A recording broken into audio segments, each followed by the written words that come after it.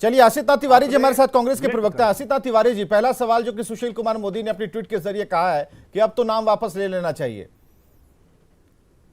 झारखंड से बाबूलाल मरांडी जी। रुकिए रुकिए रामसागर जी, रुकिए। आशीष जी कांग्रेस के प्रवक्ता है, कहना चाह रहे हैं, अभी थोड़ा रुक जाइए। तो ये कि पहले उम्मीदवार का नाम किसने घोषित किया? पहले तो यशवंत सिन्हा जी का नाम घोषित हुआ। ठीक है, मतलब भारतीय जनता पार्टी को यशवंत सिन्हा पर आपत्ति थी, तब तो भाजपा ने उनके खिलाफ दूसरे उम्मीदवार का ऐलान किया 2 दिन बाद। 2 दिन का वक्त था भाजपा के पास। यशवंत सिन्हा जी में क्या कमी है? क्या यशवंत सिन्हा जी आपराधिक चरित्र के हैं? क्या यशवंत सिन्हा जी देशद्रोही हैं? क्या यशवंत सिन्हा जी अनपढ़ गंवार हैं? नहीं ना। अटल जी के साथ मंत्री रहे हैं, नीतीश कुमार जी के साथ मंत्री रहे हैं, यूपीएससी का टॉपर रहे हैं, कुशल प्रशासक रहे हैं, आईएएस अधिकारी रहे हैं। तो भाजपा ने ऐसी क्या कमी देख ली यशवंत सिन्हा में कि द्रौपदी जी की उम्मीदवारी उनके खिलाफ घोषित की गई 2 दिन बाद? ये सवाल तो भाजपा से पूछा जाना चाहिए ना। हमने तो पहले उम्मीदवार घोषित किया था, हम कहां द्रौपदी मुर्मू जी का विरोध कर रहे हैं? विरोध तो यशवंत सिन्हा जी का भाजपा कर रही है, ये तो बाद में उम्मीदवार बने। भाजपा से बात कर करके डॉक्टर साहब मैं बहुत चुपचाप सुनता हूँ, बीच में नहीं बोलता हूँ, सुन लीजिए, आप फिर बोलिएगा, मैं सुनूंगा। बात करने का कोशिश करना चाहिए। आप से बात करके रामसागर जी जरा रुकिए, पूरी बात कर लेना दीजिए। आशिता तिवारी को बोलने मैं आपको भी सुनूंगा, मैं बीच में बोलता ही नहीं हूँ, मेरी आदत ही नहीं है, बोल रहे हैं। चलिए, हाँ, जुमला संस्कृति का आदमी नहीं हूँ। सुनिए, दूसरी बात, क्या प्रधानमंत्री जी को ऑल पार्टी मीटिंग नहीं बुलानी चाहिए थी? इतना अहंकार हो गया कि राष्ट्रपति जैसे बड़े पद के चुनाव में भी सत्ता का नशा सिर चढ़ के बोलेगा? और क्या हमारा लोकतंत्र अब इतना नीचे गिर गया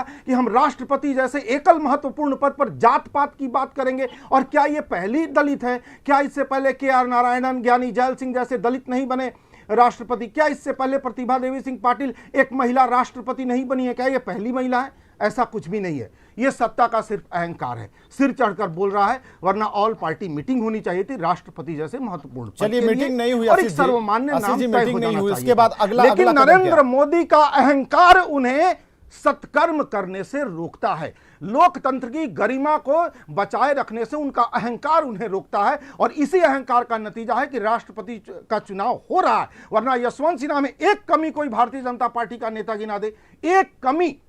रामसागर जी जवाब दीजिए। अच्छी नेता है, रामसागर जी जवाब दीजिए। खराब है। अब्दुल कलाम साहब जैसे विद्वान आदमी का, अच्छे साइंटिस्ट का कांग्रेस ने ही विरोध किया था ना, दोबारा राष्ट्रपति नहीं बनने दिया था। प्रतिभा देवी सिंह पाटिल का, देश की पहली महिला राष्ट्रपति का भाजपा ने ही तो विरोध किया था। KR नारायणन का, देश के पहले दलित राष्ट्रपति का विरोध भाजपा ने ही तो किया था। ज्ञानी जैल सिंह, देश के पहले दलित राष्ट्रपति का भाजपा ने ही तो विरोध किया था। तो विरोध करने का हक भाजपा का हो, दूसरे को ना हो। आप इस देश में दलित राष्ट्रपति न बनने दें, आप इस देश में महिला राष्ट्रपति न बनने दें। आपको तमाम अधिकार हासिल हो विरोध करने का, और बाकी लोग आपके अहंकार के सामने सिर झुका ले, यह संभव नहीं है। आपने भी KR नारायणन का विरोध किया था, आपने ज्ञानी जैल सिंह का विरोध किया था, आपने प्रतिभा देवी सिंह पाटिल का विरोध किया था। तो आप विरोध करें, हम विरोध ना करें। आप विरोध करें तो आपका सत्कर्म हो गया। कैसा तर्क आप लोग गढ़ लेते हैं महाराज? कम से कम सोच समझ के तर्क गढ़िए ना। एक डिबेट में आप बैठे हुए हैं, समझिए कि सामने वाला भी जवाब देने की योग्यता रखता है, वो जुमला दल से नहीं आया है। पैदा किया था उस बात की मैं चर्चा। तो ये समझिए चीजों को। आप लोगों ने इस देश के पहले दलित राष्ट्रपति के चुनाव में भी विरोध किया, पहली महिला राष्ट्रपति के चयन में भी आप लोगों ने विरोध किया। आपने कहां छोड़ दिया है? और यशवंत सिन्हा में एक कमी बताइए ना, एक कमी। आपने 2 दिन बाद उम्मीदवार दिए, हमने 2 दिन पहले दे दिया था। एक कमी बता दीजिए यशवंत सिन्हा में कि आपने उनके खिलाफ उम्मीदवार दे दिया। बताइए रामसागर जी, बताइए, जो सवाल है बताइए, विपक्ष पूछ रहा है ना, बताइए। चलिए, क्या आशीष जी चुप रहेंगे, आप बताइए। उनसे बेहतर द्रौपदी मुर्मू जी उनसे बहुत ही बेहतर हैं। कैसे? अरे कमी बताइए ना। हम तो कह ही रहे हैं कि द्रौपदी मुर्मू जी के सामने उनमें क्या कमी है, एक बता दीजिए। क्या अटल जी का चयन गलत था? अटल आडवाणी का चयन गलत था? क्या अटल आडवाणी का चयन गलत था? मुझे बोलने के लिए मजबूर मत करें। अरे तो बोलिए ना सर, मजबूर मैं कहाँ कर रहा हूँ? मैं तो कह रहा हूँ तर्क दीजिए, जुमला मत करिए, तर्क दीजिए। एक कमी बताइए, निवेदन है कि एक कमी बताइए ना। क्या अटल जी का चयन गलत था? रामसागर जी बहाकिए मत, जो पूछ रहे हैं गलत भी ठीक है। एक तर्क पे बात कीजिए ना। रामसागर जी जो पूछ रहे हैं उसका सटीक जवाब दे दीजिए ना। वो कमी ढूंढ रहे हैं। यशवंत सिन्हा में कमी बताइए। डॉक्टर साहब, डॉक्टर साहब, क्या अटल बिहारी वाजपेयी ने इस देश को एक अयोग्य वित्त मंत्री दिया था? बोलिए ना हाँ या ना, इसी से पता चल जाएगा। और मिथिलेश ठाकुर जी जो मंत्री हैं जेएमएम का, कहाँ मिथिलेश ठाकुर के पास चले गए? एक मिनट, राम सागर जी, एक सवाल तो पूछ रहे हैं आसिफ नाथ तिवारी के, एक सवाल का जवाब आप नहीं दे पा रहे हैं। आलोचना नहीं कर रहा है, आप सिर्फ ये बताइए कि यशवंत सिन्हा जी में कमी क्या थी कि आपने उनके खिलाफ द्रौपदी मुर्मू जी को उम्मीदवार बनाया? बताइए, चलिए। बस क्या कमी थी उनमें? राम सागर जी बताइए, अब चुप क्यों है? लगता है उनकी आवाज नहीं आ पा रही है। नहीं, मैं फिर विवेक जी दूसरे दिशा में चली जाएगी। मेरा नहीं, कोई उल्टी दिशा में नहीं है। आप नहीं, ये तो होना, सवाल जवाब तो होना चाहिए ना। किससे आखिर विपक्ष किससे पूछेगा? विवेक जी बैठे नहीं, विपक्ष किससे पूछेगा? विपक्ष एंकर से थोड़ी पूछेगा, विपक्ष तो आप ही से पूछेगा। इनका भी जरा पीछे का जा करके जरा आप लोग, अरे डिबेट की दिशा तय करने के लिए विवेक जी बैठे हैं ना, आप दिशा मत तय कीजिए, आप बोलिए। मत करो प्लीज। तो जवाब दे दीजिए ना, जवाब दे दीजिए। अब विपक्ष को खाली हाथ मत जाने दीजिए। विपक्ष ने सवाल किया, जवाब दे दीजिए, क्या दिक्कत है? मन की बात कहने की संस्कृति आपके दल में, कहिए दीजिए। कहिए डॉक्टर राम सागर जी, कहिए। देखिए, इनसे बहुत ही बेहतर कैंडिडेट। अरे एक कमी बताइए ना, हम इनको कहा करें कि बेहतर नहीं है? आप बताइए ना, यशवंत सिन्हा जी में क्या ऐसी कमी थी कि आपने उनके खिलाफ उम्मीदवार दिया? नहीं, उम्मीदवार खराब, आप लोग भी बात कर करके नहीं किए ना। आपको भी चाहिए था कि देख लिया। बात करने की जिम्मेदारी सरकार की थी कि विपक्ष की थी? हमारी पार्टी बात करने की जिम्मेदारी सरकार की थी कि आप मामूली प्रोटोकॉल नहीं जानते हैं? आप कैसी बात कर रहे हैं भाई? आपको मामूली प्रोटोकॉल नहीं पता है? आपको मामूली प्रोटोकॉल नहीं पता, आप कैसी बात कर रहे हैं? मामूली परंपरा आप नहीं जानते हैं? उनका राष्ट्रपति बनना मामूली लोकतांत्रिक, अरे वो ठीक है, आपको सत्ता का अहंकार है। आप कह दीजिएगा कि देश के 5 राज्य चीन में जाना तय है, आप बेच रहे हैं चीन से भारत की जमीन, ये अहंकार है। जी। लेकिन आप एक कमी यशवंत सिन्हा की नहीं बता पाए, आप एक कमी यशवंत सिन्हा की नहीं बता पाए। हाँ जी, ये स्थिति है आप लोगों की।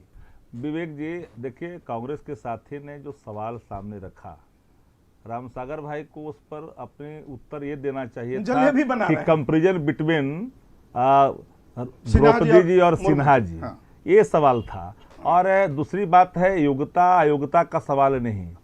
विपक्ष ने पहले किया, बाद में आपने किया। आप कह रहे हैं कि विपक्ष पूछा नहीं। मान्य परंपरा रही है संसदीय लोकतंत्र में, लोकतंत्र का तकाजा रहा है कि देश में सुनिए, सुन लीजिए, आप सुन लीजिए ना। अरे वो तो आपने बाद में तय किया ना, आप सुन लीजिए महिला। अरे आप सुन लीजिए, आप सुन तो लीजिए, बाद में तय किया। अरे नहीं, आप सुन लीजिए, आदिवासी महिला। अरे भाई आप सुनिए ना, आप देखिए ब्रेक फेल हो जाते हैं। पता नहीं आप ब्रेक पे जाने से पहले चर्चा को जरा जारी रखते हैं। जरा नवल किशोर चौधरी जी के पास आएंगे। एक सेकंड, नवल किशोर चौधरी जी, एक सेकंड, एक मिनट, शक्ति जी, हम जैसे ही लौटेंगे ना सीधे आपके पास आएंगे। नवल जी जरा हमें बताइए, ये राष्ट्रपति उम्मीदवार पर विपक्ष क्लीन बोल्ड, क्या सही में क्लीन बोल्ड? और जो विपक्ष जानना चाह रहा है उस बात में कितना दम है, होना चाहिए था कि नहीं? और अगर ये कैंडिडेट अगर महिला सामने रख रहे हैं तो विपक्ष ये कह रहा है कि हमारे कैंडिडेट में किस बात की कमी है? आप एक बात निकाल दीजिए, और अगर आप कमी निकालेंगे तो फिर हम उस नेतृत्व की बात करेंगे, अटल जी के जमाने में चले जाएंगे, तब तो हम उनके फैसले पर भी सवाल खड़े कर देंगे। ये हमें जरा बताइए, जरा इसका विश्लेषण बताइए। नहीं, स्वाभाविक है कि विपक्ष जो सवाल उठा रहा है उसका उत्तर सत्ता पक्ष को देना चाहिए, लेकिन मैं आपको दूसरे पैराडाइम में ले जाना चाहता हूँ। राष्ट्रपति का पद एक ऐसा पद है जिसका मुख्य उत्तरदायित्व है देश में संविधान की रक्षा करना, और संविधान की रक्षा करने के लिए जो गुण चाहिए उनमें पहला गुण है कि संविधान का ज्ञान होना चाहिए, प्रशासनिक राजनीतिक अनुभव होना चाहिए, राजनीतिक परिपक्वता होनी चाहिए, और एक इंडिपेंडेंस होना चाहिए।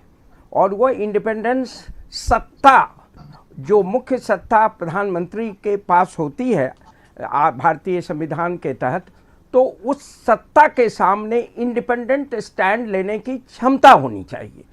और अगर इन मानदंडों पर हम देखें दोनों कैंडिडेट को, और यह सिर्फ न देखें कि कैंडिडेट किस जाति का है, किस जेंडर का है, किस पार्टी का है, तो मैं मानता हूं कि श्री यशवंत सिन्हा जो द्रौपदी मुर्मू जी हैं उनसे कहीं कहीं आगे हैं। यशवंत सिन्हा विद्वान हैं, यशवंत सिन्हा का एडमिनिस्ट्रेटिव एक्सपीरियंस है, पॉलिटिकल मैच्योरिटी है, भारत के दो बड़े मंत्रालयों का सर यहीं से बहस हम आगे बढ़ाएंगे और ये भी सवाल आपसे है कि एक महिला उम्मीदवार, एक ऐसी महिला उम्मीदवार जो आदिवासी हैं, एक ऐसी महिला उम्मीदवार जिन्होंने शिक्षा और उससे जुड़ी चीजों को काफी गंभीरता से लिया और झारखंड की राज्यपाल रही, उनकी अवधि को भी बढ़ाया गया, तो क्या ये मापदंड था कि नहीं?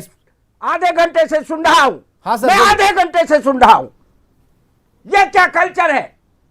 और उस व्यक्ति में इंडिपेंडेंस होना चाहिए और वो इंडिपेंडेंस जो बोलने दीजिए, ये क्या कल्चर है बीजेपी का? ये कल्चर इसको कल्चर यही कल्चर है। सर यहाँ पर हमें रुकना पड़ेगा, एक छोटे से ब्रेक के लिए रुकते हैं। नवल जी हम तुरंत आते हैं, आप ही के पास सीधे आएंगे।